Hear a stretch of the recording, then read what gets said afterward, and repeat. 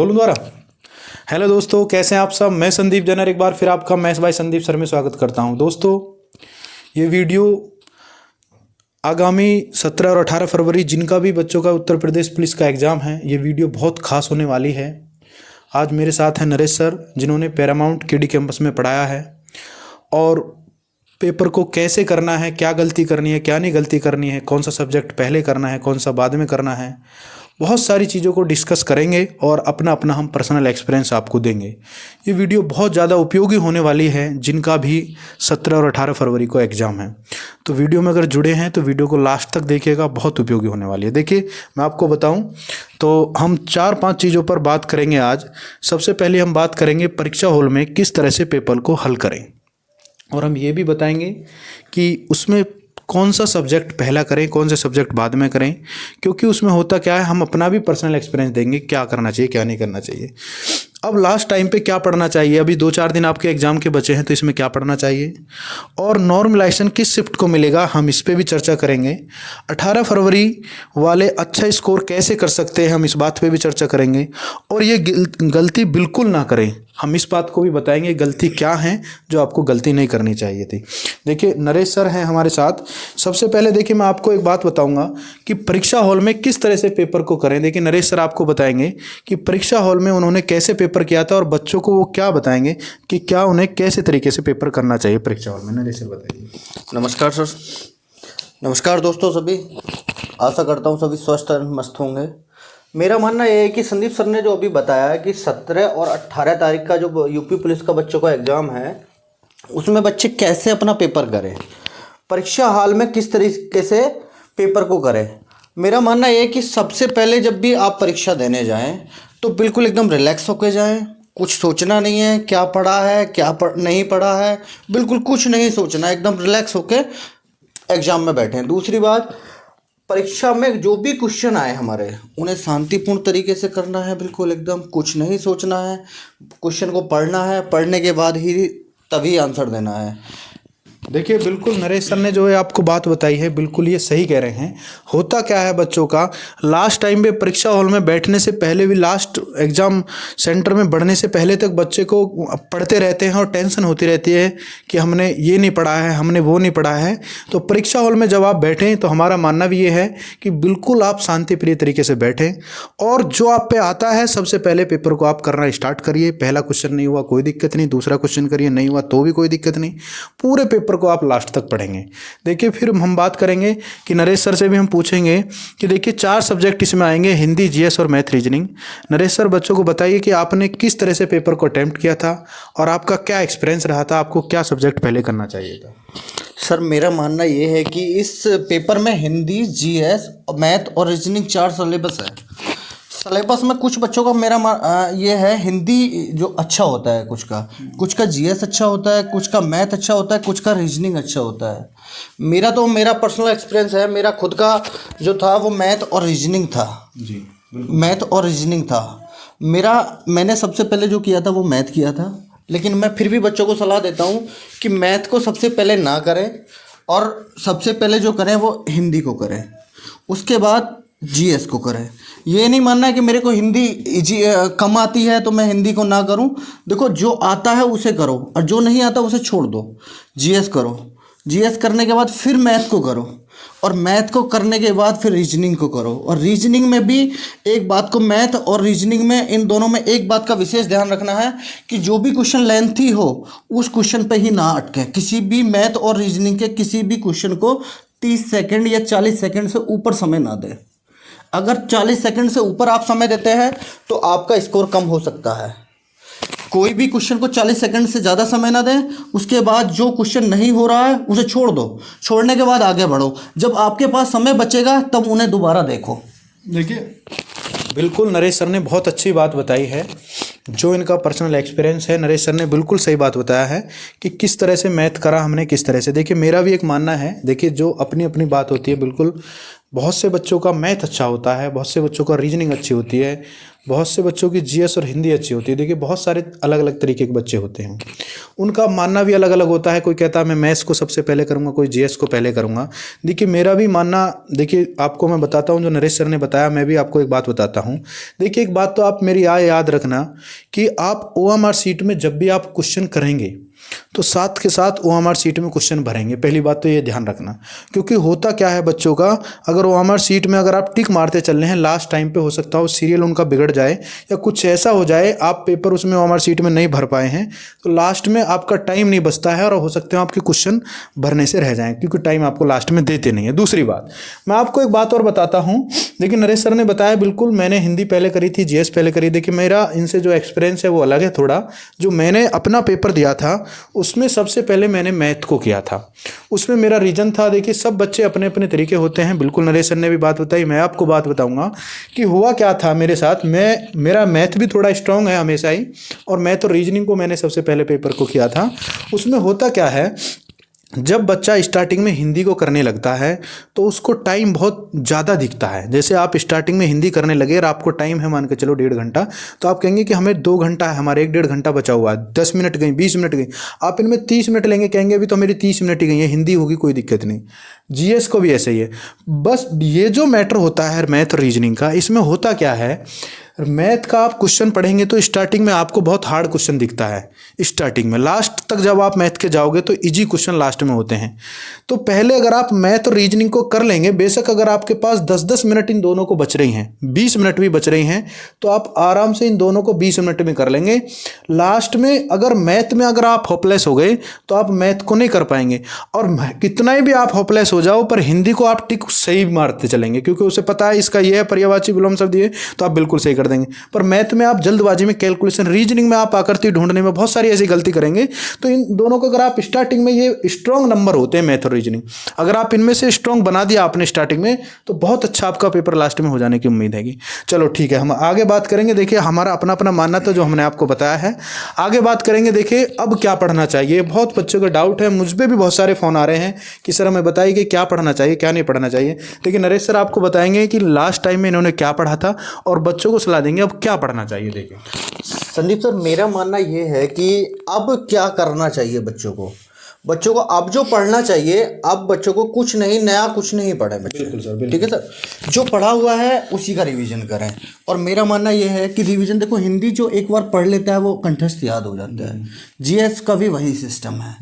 Math और reasoning जो होता है, मैथ और रीजनिंग में मेरा, मैथ में 2 आप चैप्टर जो है, एक तो सिंप्लीफिकेशन सरलीकरण और दूसरा परसेंटेज, इन 2 चैप्टर से ही ज़्यादा क्वेश्चन बनेंगे, मेरा मानना ये है। दूसरा रीजनिंग में जो आते हैं कथन, निष्कर्ष, पूर्व, अवधारणाएं वगैरह, जो बड़े बड़े लेंथी क्वेश्चन होते हैं उन्हें प्रैक्टिस करें सबसे ज़्यादा, क्योंकि वही टाइम खाएंगे हमारा। ठीक है, और सीटिंग अरेंजमेंट वगैरह जो है, बैठने की क्रम व्यवस्था जो है उसका भी रिवीजन करें, क्योंकि ये सीटिंग अरेंजमेंट के इस टाइप के क्वेश्चन होते हैं, अगर आपसे हो गए तो एक बार में ही सेट हो गए, अगर नहीं सेट हुए तो वो समय खा जाएंगे आपका। तो इसमें ज़्यादा से ज़्यादा सर प्रैक्टिस की जाए। देखो बिल्कुल सर, नरेश सर ने बहुत अच्छी बात आपको बताई है कि अब क्या पढ़ना चाहिए। देखिए मेरा भी एक्सपीरियंस ये है कि अब आपको क्या पढ़ना चाहिए। देखिए अब आपका टाइम बचा है, आज आपकी 15 तारीख हो गई और आपके पास 2 दिन बचे हैं, 1 दिन बचा हुआ है, कल 16 है, परसों आपका एग्ज़ाम है। मेरा तो मानना ये है कि देखिए होता क्या है, मैं पर्सनल एक्सपीरियंस बता रहा हूँ अपना। एग्ज़ाम में मैं 1 दिन पहले मैंने राजधानियों को याद किया था और मुझे अब भी याद है, मुझे एक राजधानी पूछी गई थी सूडान की। ठीक है, तो मेरा कहने का मतलब ये है, अगर हिंदी और जीएस की अगर आप बात करें तो देखिए हिंदी में आपको जितनी भी आपकी जीवनी वगैरह वो आपने सबने पढ़ ली होंगी और आपने बहुत अच्छे से अपनी हिंदी तैयार कर ली होगी। जीएस की मैं बात करूं, राजधानी, मुद्राएं, मात्रक और आपके ये बॉटनिकल नेम, इनको अगर आप देख सकते हैं वन लाइनरों को एक बार देख लीजिए, क्योंकि इनमें से क्वेश्चन फंसता है। बहुत से बच्चों ने ये सब चीज़ तैयार कर ली होंगी, फिर भी अगर किसी ने ये तैयार नहीं किया है तो इनको आप तैयार कर लीजिए, हो सकता हो इनसे क्वेश्चन आपको देखने को मिले। दूसरी बात मैथ्स की, देखिए नरेश सर ने बिल्कुल सही बात बताई है। देखिए सिंप्लीफिकेशन, परसेंटेज और इनसे क्वेश्चन बनते हैं, तो आप इनको एक बार रिवीजन कर लीजिए। फिर भी एक चीज़ और मैं आपको बताता हूँ, मैथ्स में होता क्या है, इसमें एक एडवांस नहीं अर्थमेटिक से ही आते हैं। आपके मेंसुरेशन 2D या 3D से क्वेश्चन एक पूछा जाता है और पूछा जाएगा भी आपको। तो आप बच्चे क्या करेंगे, लास्ट टाइम है तो देखिए आप अब जितना भी आपने पढ़ लिया सब कुछ आपने पढ़ लिया है। अब आप एक काम करिए, अपने मेंसुरेशन के 2D एंड 3D के फॉर्मूले एक कॉपी पर लिख लीजिए, एक पेज पर लिख लीजिए और उनका रिवीजन कर लीजिए। हो सकता हो आपसे गोले का अर्ध गोले का आयतन आपसे पूछ लिया जाए, जो आपको नहीं पता होगा फॉर्मूला, तो आप क्वेश्चन छोड़ के ही आएंगे, उसको आप ट्रिक कुछ भी नहीं लगा पाएंगे। जैसे अर्ध गोला हुआ, खोखला बेलन हुआ, ये सब चीज़ आप उनके क्या कर लेंगे, फॉर्मूले के याद कर लेंगे, तो अच्छे से हो सकता हो आपके उनमें से नंबर आपके बन जाए। तो ये आपको लास्ट टाइम में ये पढ़ना है और जो भी आपने पढ़ा है उसका बस अब रिवीजन कर लीजिए और रिवीजन करने के बाद भी कल बंद कर दीजिए, टेंशन मत लीजिए, पेपर बहुत अच्छा होगा आपका। देखिए सर एक बार आपको बताऊं, नॉर्मलाइजेशन किस शिफ्ट को मिलेगा। देखिए सर आपको एक बात बताएंगे, देखिए इस पर बहुत सारी वीडियो यूट्यूब पे बन चुकी हैं। अभी देखिए पेपर नहीं हुआ है, 17 और 18 फरवरी का एग्जाम होने वाला है। बहुत से मैंने वीडियो देख रहा हूँ यूट्यूब पर, बहुत सारे ने नॉर्मलाइजेशन की वीडियो बना दी है, इस शिफ्ट को मिलेगा, इस शिफ्ट को नहीं मिलेगा। पर मेरा भी मानना यह है कि अभी नॉर्मलाइजेशन का कुछ नहीं पता किसी का। अभी आप इसके बारे में सोचिए मत ना कि नॉर्मलाइजेशन 17 वाले को मिल गया है, हमें नहीं मिल रहा, 18 वालों को नहीं मिल रहा है, हमारे नंबर घट गए बढ़ गए हैं। अभी आपका फोकस है ओनली एग्जाम डेट और ओनली आपका फोकस है एग्जाम को अच्छे से करना। देखिए नरेश सर आप भी क्या ये बताइए, नॉर्मलाइजेशन का सिस्टम क्या होता है बताइए। सर बिल्कुल सर, आपने सही कहा। नॉर्मलाइजेशन का जो मैटर है वो पेपर के ऊपर डिपेंड करता है सर। देखो हमारा 17 और 18 फरवरी में 17 2 शिफ्टों में पेपर है, 17 को, 18 में 2 शिफ्टों में पेपर है। तो ऐसा होता है कि एग्जामिनर बिल्कुल तोल के क्वेश्चन तो बराबर बराबर रखेगा नहीं, थोड़ा 19-20 का फर्क जरूर रखेगा। तो जब 19-20 का फर्क रखेगा तो वो नॉर्मलाइजेशन का डिपेंड वहाँ करता है किस शिफ्ट में टफ रख दे, किस में इजी रख दे। लेकिन ये क्वेश्चन तो अभी बनता ही नहीं, क्योंकि अभी तो एग्जाम को देखकर, पेपर को देखकर ही के लिए नॉर्मलाइजेशन की वीडियो बनाई जा रही है। बिल्कुल ये तो बिल्कुल सही कहा आपने। ये जो है पेपर को देखकर ही पता चलेगा कि पेपर किस टाइप का आया है, नॉर्मलाइजेशन मिलेगा या नहीं मिलेगा। ठीक है जी सर, बिल्कुल सर, आपने ये बात बिल्कुल बताई है। तो अब हमारा भी कहने का मतलब ये है भी नॉर्मलाइजेशन पर डिपेंड मत होइए। हो सकता हो देखिए 17 के बच्चों को क्या होगा, 17 के बच्चों को पेपर देखने को नहीं मिलेगा और 18 के बच्चों को क्या होगा, पेपर देखने को मिलेगा, उनका अच्छा स्कोर बन जाए, नॉर्मलाइजेशन उन्हें कम मिले मार्क्स। तो पर अभी ये सोचने वाली बात नहीं है, अभी अपना टारगेट करिए बहुत अच्छे से एग्जाम देने का और बहुत अच्छे से आपका एग्जाम हो जाए। देखिए 18 फरवरी वाले बच्चों अच्छा स्कोर कैसे कर सकते हैं सर, इस बारे में भी बताइए कि 18 फरवरी वाले बच्चे जो कैसे अच्छा स्कोर कर सकते हैं। सर 18 फरवरी का जो पेपर है फर्स्ट और सेकंड शिफ्ट का, जी 17 फरवरी का जो फर्स्ट और सेकंड शिफ्ट का जो पेपर होगा सर, इनसे ये हमें पता चल जाएगा कि एग्जामिनर हमारा किस टाइप से पेपर दे रहा है और किस टाइप से पेपर नहीं दे रहा है। दूसरी बात, कहीं 17 और 18 फरवरी के दोनों एग्जामों में 4 शिफ्ट में जो पेपर होगा हमारा, उसमें कोई ज़्यादा बड़ा डिफरेंस नहीं रखेगा, वो 19 या 20 का फर्क रखेगा थोड़ा बहुत।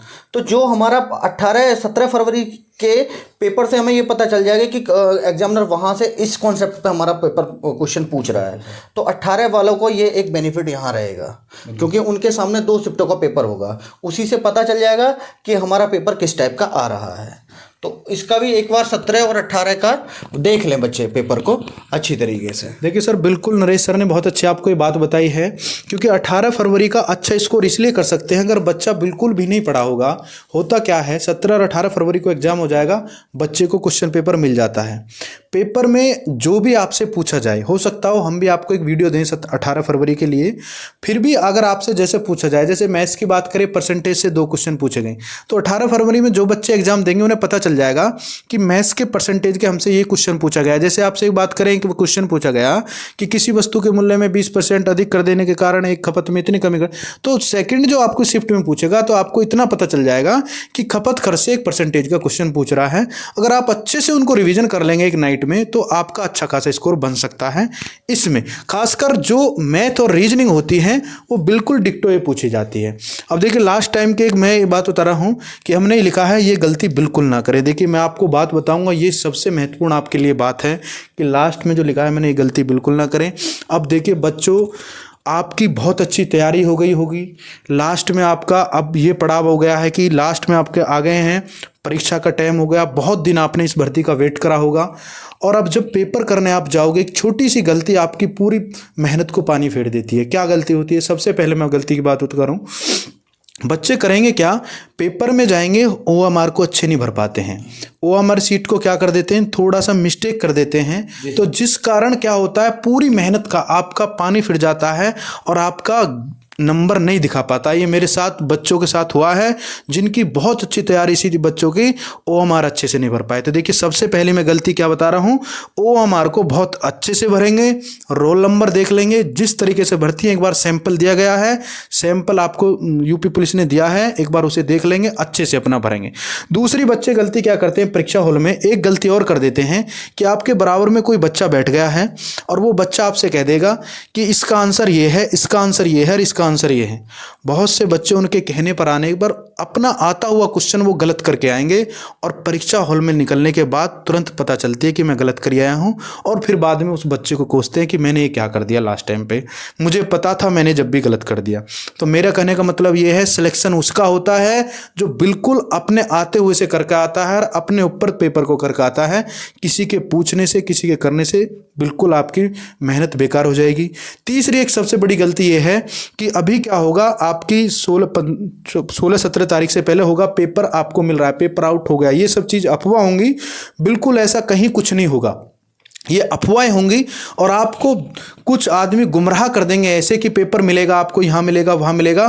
तो जितने भी बच्चे तैयारी में होते हैं वो सब अपनी तैयारी भी भूल जाते हैं और लास्ट टाइम तक सोचते हैं मुझे पेपर मिलेगा, पेपर मिलेगा, और उन्हें ऐसे कुछ नहीं मिलता है पेपर, और अपनी परीक्षा को बिल्कुल बेकार कर लेते हैं। एग्जाम हॉल में जाने के बाद माइंड बिल्कुल बेकार हो जाता है, बिल्कुल अच्छे से पेपर को नहीं कर पाते हैं। तो ये कुछ गलतियाँ हैं जो आप बिल्कुल ना करें। ये बहुत जो मैंने सोची है और कुछ अपना पर्सनल एक्सपीरियंस मैं बता रहा हूं, लेकिन नरेश सर भी आपको बताएंगे कुछ कि क्या क्या और गलती हैं जो आप नहीं करें। लेकिन नरेश सर इस बारे में बताइए आप। सर मेरा मानना ये है कि बच्चों में एक अफवाह जो आपने बताया बिल्कुल एकदम, एक तो पेपर को लेकर बताया आपने कि पेपर मिल रहा है, वो मिल रहा है, तो बच्चों को ये क्या होती है, अफवाहें चलती हैं, हर एग्जाम में चलती हैं, ठीक है। इनकी तरफ नहीं जाना है, अपना रास्ता भटकना नहीं है। और दूसरी बात यह है कि आपके बराबर में आपको पता है कि ये मुझसे ज़्यादा ब्रिलियंट बच्चा है, उससे अगर कोई क्वेश्चन आपको वो बता रहा है, बिल्कुल उस पर विश्वास नहीं करना, क्योंकि कोई भी बच्चा ये नहीं चाहेगा कि उसकी सीट कोई और बंदा ले जाए। कंपटीशन का एग्ज़ाम है, बराबर का भाई भाई की सीट काटता है, इसमें बिल्कुल कोई डाउट नहीं है कि बराबर के बताए हुए वाले पे आप विश्वास करें। बिल्कुल विश्वास ना करें, जो आपको आता है वही करें। दूसरा अगर आपको बताएगा भी तो वो गलत बताएगा, क्योंकि आपकी वैकेंसी उसे मेरिट डाउन करनी है, इसलिए। ठीक है सर, एक दूसरा और बात है, आपने बताया कि OMR में एंट्री सही करें, और उसके बाद में जो डॉक्यूमेंट्स मांगे गए हैं उसमें एंट्री के लिए, वो बिल्कुल ले जाना ना भूलें। जो भी आपका डॉक्यूमेंट्स हैं, प्रवेश पत्र पे लिखा हुआ है नीचे क्या क्या आपको ले जाना है, वो बिल्कुल एकदम पूरा एकदम लेके जाएं। और पेन जो आपको OMR शीट में गोला भरने वाली जो पेन होती है, वो थोड़ा मार्केट में मिल जाता है, थोड़ा उसका जो पॉइंट होता है वो थोड़ा मोटा होता है, और उसे पहले चला लें, बिल्कुल न्यू पेन लेके ना जाएं, क्योंकि उसे चला लें, चलाने से ऐसा होता है कि वो थोड़ा ईजी हो जाता है और चलने लगता है आसानी से। तो गोले भरने में आपका बहुत कम समय लगेगा, और नया पेन होगा तो वो आपका टाइम ले जाएगा, चलेगा या ना चलेगा वो दूसरी डाउट पर डिपेंड करता है। ठीक है, तो ये सारी चीज़ें आपको ध्यान रखना है। लीजिए देखिए हमने बहुत अच्छे से आपको वीडियो में समझाने की कोशिश करी है और अपना पर्सनल एक्सपीरियंस हमने बताने की कोशिश करी है, और हमारी भी ये शुभकामनाएं हैं आपका बहुत अच्छे से पेपर हो और आप सभी अपना उत्तर प्रदेश पुलिस के परिवार में सम्मिलित हों, और जितने भी बच्चों ने आपने मेहनत करी है आपकी मेहनत रंग लेकर आएगी। पर बस जो हमने बातें बताई हैं इन पे थोड़ा सा अच्छे से फोकस करना। हो सकता हो एक वीडियो और हम आपको दें परीक्षा से पहले, जो आपकी बहुत सारी और हमारे जो दिमाग में बातें आएंगी वो हम आपको बताएंगे। फिर भी अगर आपको किसी बात में डाउट लग रहा हो, बिल्कुल आप कमेंट्स बॉक्स में पूछ सकते हैं। एक एक कमेंट्स आपके हम पढ़ेंगे और आपकी एक एक कमेंट्स का हम जवाब देंगे कि आपने हमसे क्या पूछा और हमें आपको क्या बताना है। तो बिल्कुल अगर ये वीडियो आपको अच्छी लगी हो तो बिल्कुल इस वीडियो को शेयर कीजिए, बताइएगा। सब बच्चे इनसे जागरूक हों जो हमने बात बताई हैं, और अच्छे से अपना पेपर को दीजिए। सभी के लिए बेस्ट ऑफ लक। और नरेश सर आपको लास्ट में एक बात बताएंगे। सर, एक बच्चों के लिए एक गुड न्यूज़ और है कि हम जो भी 17 का और 18 का जो भी 4 शिफ्टों में पेपर होगा, उनके चारों शिफ्टों का पेपर का सॉल्यूशन हम सिलेबस वाइज, सब्जेक्ट वाइज आपको सॉल्यूशन के सहित यहाँ पे वीडियो उपलब्ध कराएंगे। दूसरी बात कि ये जो वीडियो आएंगी बिल्कुल एकदम ये नहीं आएगा कि ये नहीं है तुक्का वाला, बिल्कुल एकदम विद सॉल्यूशन आएगा मैथ और रीजनिंग का दोनों। ठीक है, बिल्कुल एकदम एक एक डाउट क्लियर कराएंगे। अगर किसी बच्चे का फिर भी डाउट बनता है तो वो अपना कमेंट में हमें जरूर बताए। ठीक है, देखिए एक बात और है, देखिए मैं आपको बताऊं, देखिए कथन निष्कर्ष की सर ने बात करी थी कि कथन निष्कर्ष जो पूछे जाते हैं, कथन निष्कर्ष और पूर्ण धारणाएं, उसके लिए मैं अपनी एक वीडियो है उसको आपको मैं इसमें डाल दूंगा, अभी इस आपका कमेंट डिस्क्रिप्शन में मिल जाएगी। और वो वीडियो है, आप उस वीडियो को देखना, मेरा यकीन मत करिए बिल्कुल भी, उस वीडियो को आप देख लीजिए। आपको 20 से 25 मिनट की वो वीडियो है, 0 to हीरो है। अगर आपने उस वीडियो को पूरी को देख लिया 20 से 25 मिनट में, तो बिल्कुल आप देख लेना, कथन निष्कर्ष आप बिल्कुल भी गलत नहीं करने वाले हैं। बहुत अच्छी वीडियो है वो, बहुत लाइक आई है उस वीडियो पर और बहुत ज़्यादा बच्चों ने पसंद भी करी है वो वीडियो मेरी। तो आप बिल्कुल सभी के लिए बेस्ट ऑफ लक, मेरी तरफ से भी, नरेश सर की तरफ से भी। आप अपना अच्छे से पेपर देकर आइए। हमारे लिए कोई भी किसी को परेशानी हो तो बिल्कुल आप कमेंट बॉक्स में पूछ सकते हैं। सभी के लिए वीडियो देखने के लिए बहुत बहुत धन्यवाद सर।